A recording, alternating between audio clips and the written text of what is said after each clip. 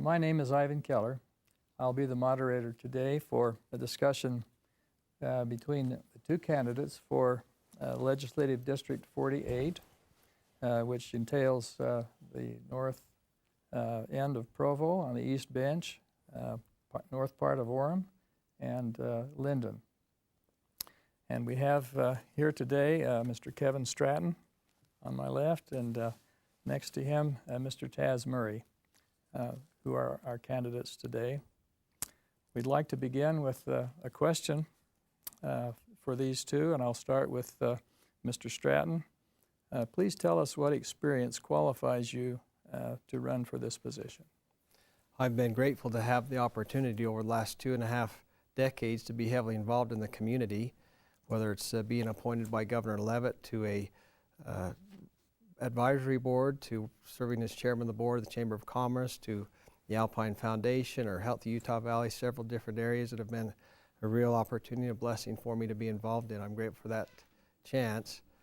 Together with a thorough study of the Constitution, as through the legal process of becoming an attorney, a really top-notch university, J. Reuben Law School. I've been involved as a businessman, business owner, several different businesses. Just love this community and grateful for the opportunity to do all I can to make it a better place to live and raise families. Thank you. And Mr. Murray? Yeah, and thank you for hosting the debate. It's nice to be here. It's great to get the message out. I mean, I think we've got two great candidates in this race, at least in my estimation, so it's great to be here. I appreciate you guys hosting this. My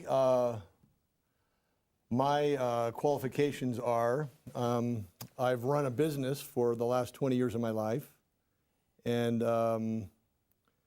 was able to build a small business into a national and international business. So where we have plants through Canada, we've had joint ventures in Poland and in China. I've employed over 5,000 people here in the state, and I've written a lot of checks to the government. So my qualifications are, I think I know how to run a business and would like to be involved in helping bring my business skills to the state. Thank you. Our next question is with regard to the priorities of the office of a representative. What are the top priorities for your office in the coming 2 years? Well, with every policy that we consider, I think there's 3 important questions to ask. Number 1, will this strengthen the community? Will it strengthen the homes? Number 2, will it promote and strengthen economic vitality? And number 3, will it properly maintain limited government? It's with that in mind that we'll be working in all that we do, asking those questions together with principles that need to be applied in the public dialogue to bring to pass the very best result that will bring the most positive and healthy economic, environmental, community environment that we can have. Thank you. Mr. Murray, your response to the top priorities for the office. Great. I think, first of all, we're in a great state. The state of Utah is a great state. It's one of the top 10 fiscally in the United States. I think we run a great state. I think what I'd like to do is be able to help grow the economy. Education is clearly an important aspect. I think we need education reform in our state. I think it touches every aspect of everything we do, including economic development. And I think we need to be able to continue to be fiscally conservative and be able to capitalize on the great things that we have. We have low energy prices relatively. We have low health care costs relative to other states. We've got a multilingual base of employees. I think it's a great place to do business, and I think we want to be able to beat that drum a little bit. Great. Thank you. Mr. Murray, we'll turn to you for this next question, first response. What specific legislation would you sponsor, and what would be your focus in the legislature? Great. And why? It's a great question. I think education has got to be on everybody's mind. We went from, so number 1 would be education, both primary, secondary, and college education. So I think we've gone, in primary and secondary education, we've gone from about number 18 in math in the last 10 years in the 34 industrialized countries that were surveyed recently to 31st. So whether we're getting worse or the other countries are just learning faster than us, our competition is outpacing us. So I'm concerned that education become a top priority for us, both primary, secondary. Here at UVU, it's a great facility. It's underfunded in terms of per student. We've got the lowest per student support in the state, yet it's the largest university in the state. And in my discussions with President Holland, he's indicated that he's providing a great service for both a community college and a state college and a university, and he needs to be able to continue to do that. If for some reason he's not able to do that, then the community college part would have to go away, in which case it would cost the state more money to educate the community college. So I think we really clearly need to focus on funding for UVU and then the primary and secondary schools. Thank you. And Mr. Stratton? Thank you. There's three areas that are a priority for me. First of all, as my good opponent has said, we have got to get education right. We cannot miss on that. If we're going to have a cutting-edge workforce, we have got to have a cutting-edge education. We need to make sure that we're providing what needs to be done in the communication, the flow back from the working sector to the educational sector. One thing I'd like to do is enhance and create more opportunities in business education partnerships to bring where the rubber hits the road into the classroom and the outcomes there. Excuse me. Second thing, I'm very concerned that we spend a good measure of our resources to go out and job hunt large corporations come to the state of Utah. I would like to see more emphasis being placed on growing the small businesses here in the state of Utah. Over 70% of our businesses of the jobs are supplied by small businesses. We need to make sure that we're not stepping over them to their detriment to bring others in. So certainly we need to give attention to all opportunities to create jobs, but we need to make sure that we're what I call economic gardening. That's a term that's been used across the country, a wonderful focus. And finally, I really feel that we need to look at our agency rules and regulations. As a business owner, most of the regulations and rules come from agencies, not the legislative body, but agencies. I'd like to see a good pruning and tempering of what takes place there, bring a check and balance into that case and that body of law. Good. Thank you very much. Our next question will be a little longer. We'll give you up to 3 minutes to review your positions on some major issues in the state: immigration, budget priorities, education, health care, and public land use. And we'd like you to prioritize these the way you would prioritize them and review your position on each of those. We'll start with you, Mr. Stratton. My first priority would be education. Closely tied to that is our public land use. We have over a good portion, the majority of the land in the state of Utah is controlled by the federal government. There are aspects, pieces of that could be used and captured to help and benefit not only the education but our economic vitality. So with the public lands, we need to make sure that we're doing all that we can in an environmentally appropriate, thought out way, capture the resources and benefits that are there. That's number one. The second issue involves, certainly, we have to be fiscally responsible. That's one of my 12 principles: fiscal responsibility and stewardship and accountability and transparency. We need to make sure that we're doing what we can do there, that we're not spending more than we make, that we're setting aside a portion of the budget to allow for future needs or emergencies. That's a huge, huge issue for all of us. I don't know how long we're going to be able to rely upon our federal government to keep paying the 27% of the budget that comes into our state. We spend 62% of our budget on education, as we rightfully should. As I've said, we've got to get education right. We can't miss on that. Immigration, Utah has been great in leading the awareness of the immigration issue. Illegal immigration, we're all opposed to. We are an immigration country. We need to secure our borders and make sure that's right, but we need the government to take their constitutional responsibility and lead in that. And so we're waiting to see what's going to happen on that issue, and then we'll respond and move forward. There's a real opportunity, I think, as we look at the good position we are in this state to be leaders of good principle, good policy, and build upon all that's right. We have a wonderful state and a wonderful area. This District 48 is a tremendous area. I've told all of the constituents here that there's not a better district anywhere, and there's not a problem in the whole world that if we work together that we can't solve and resolve. Thank you. Mr. Murray. Okay, great, thanks. So first of all, of those that you mentioned, education is by far the most important, I think, right now. So let's just talk a little bit more about education. I think if we can take maybe the next level down. So education becomes an issue because we spend about twice as much as Finland does in our education process, yet we get about half the outcome. So it's not always how much money we spend on something, sometimes it's how we spend money.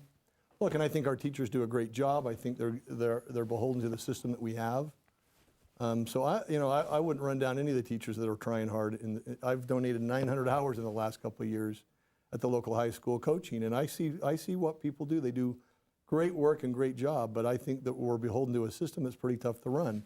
From a business perspective, how do you run an operation, any operation? And a business isn't different from a school in that you're managing people.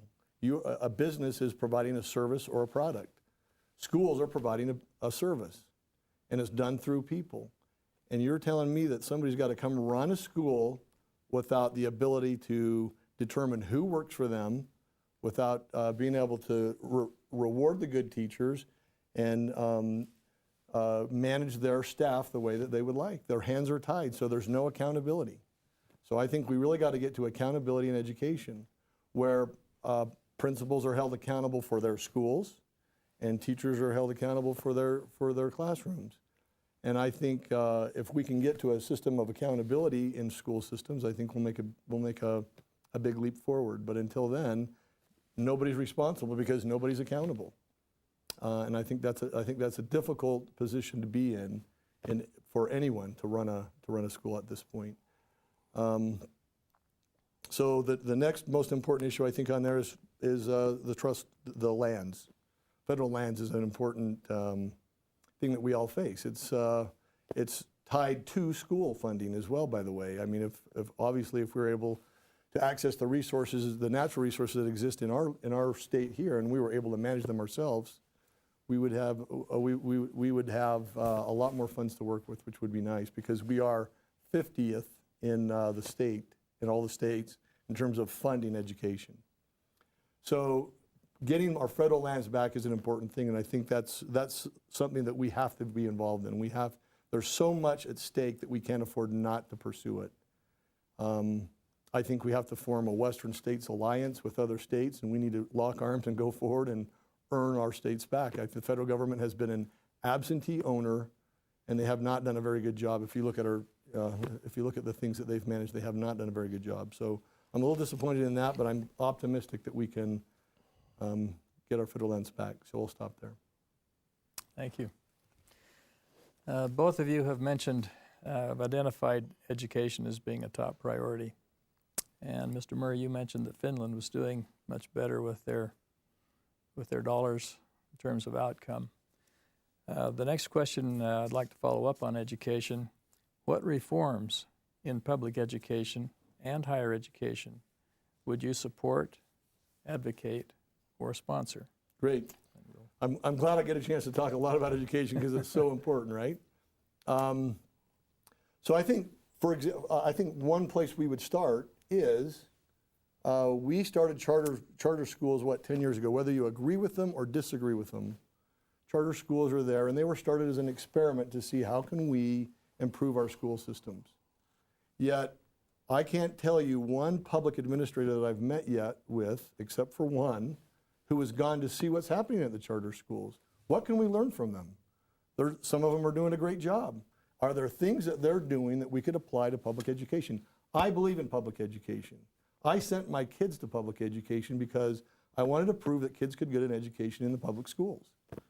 So I'm a big believer. I'm a product of public education in Utah, and it served me well. But I think we've got to be focused on doing it better. So again, if we could get to the point where we could learn from those around us, from Finland, if we could learn from Norway, if we can learn from the charter schools that we have right under our nose. Only one state board member has been out to visit, to my knowledge, any of the charter schools, and I think that's a shame. I think it's a shame. We need to be learning from each other and growing. So I think that's probably where I'd start. I think that's probably, I'll stop right there if that's all right. Thank you. Mr. Stratton. The first thing I'd like to say is I believe there's a lot of good in what we're doing education. When I talk about education, I'm talking about across the board.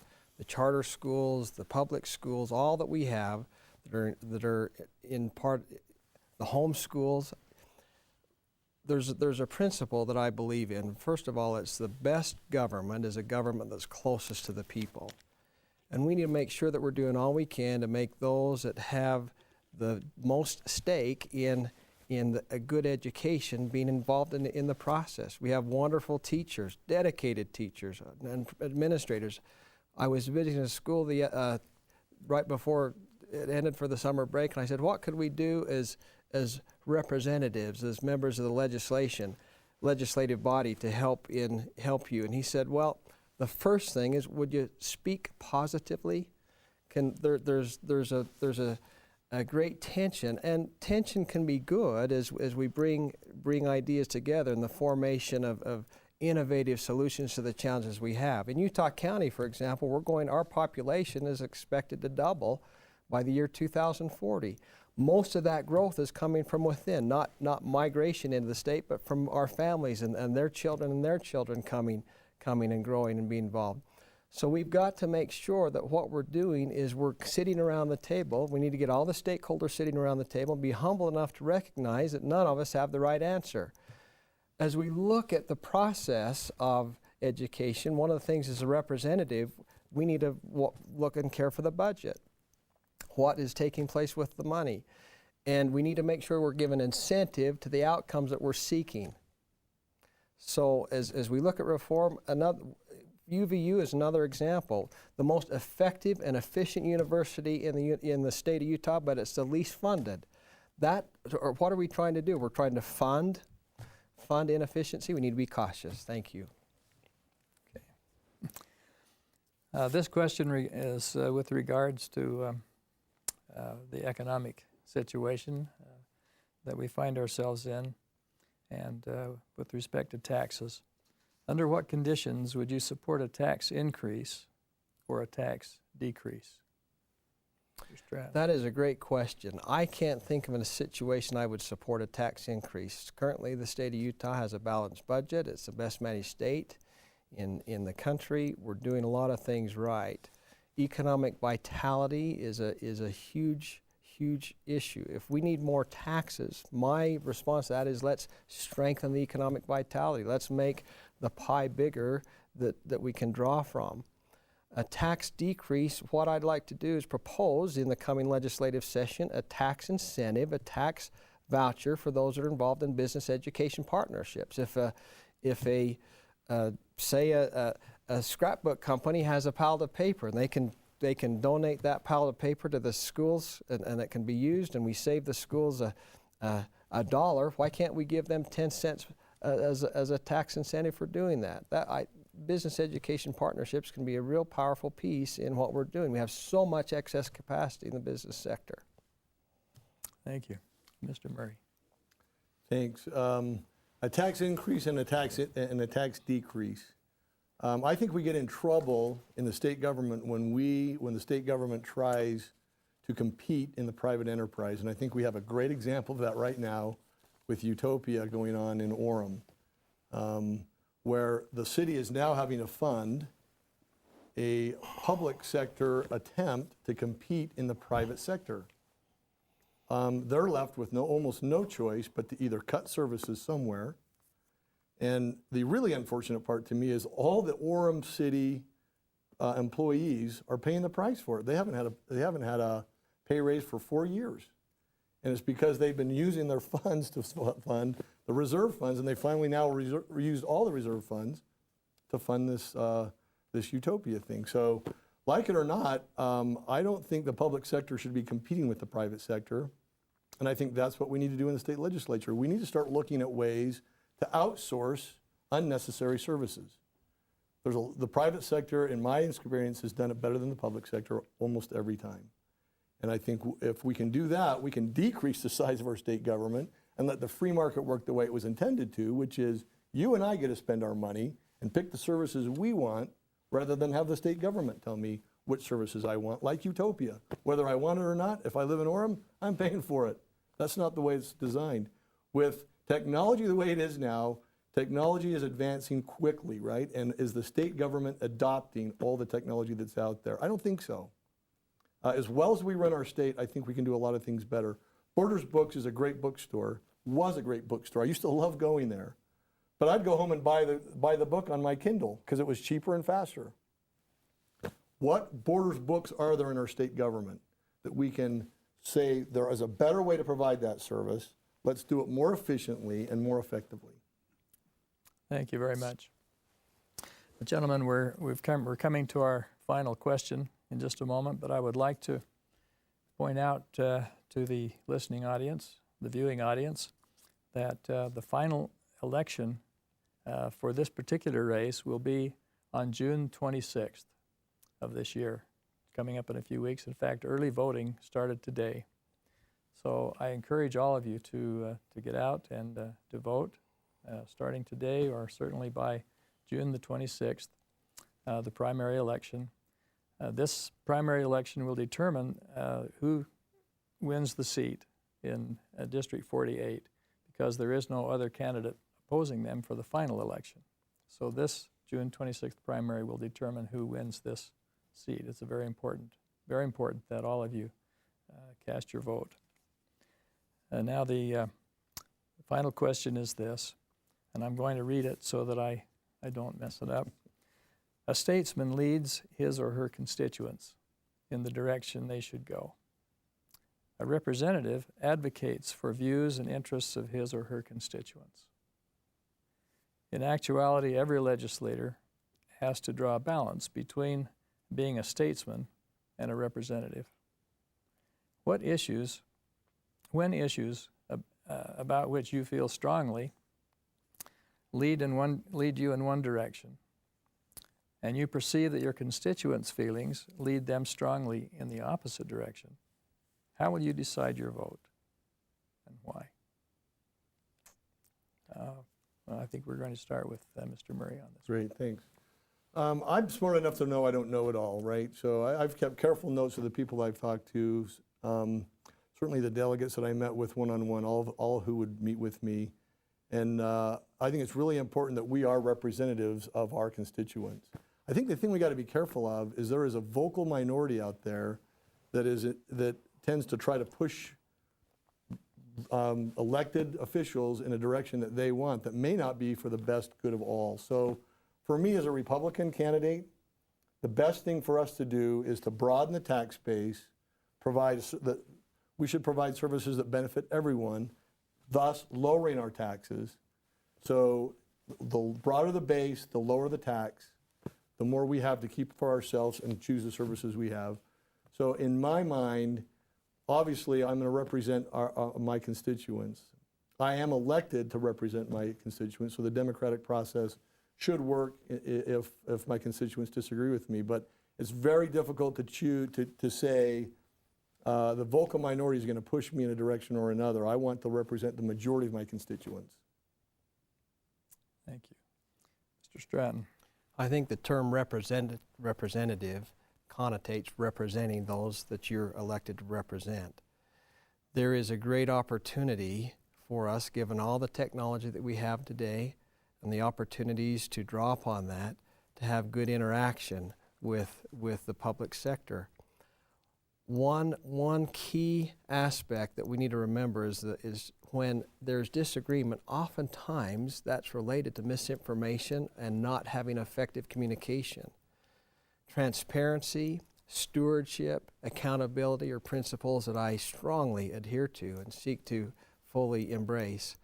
It's through having that opportunity to be involved with a healthy dialogue, a robust dialogue between the elected official and those that they're elected to represent, that you're able to align the direction that is best for all, bringing everyone to the table.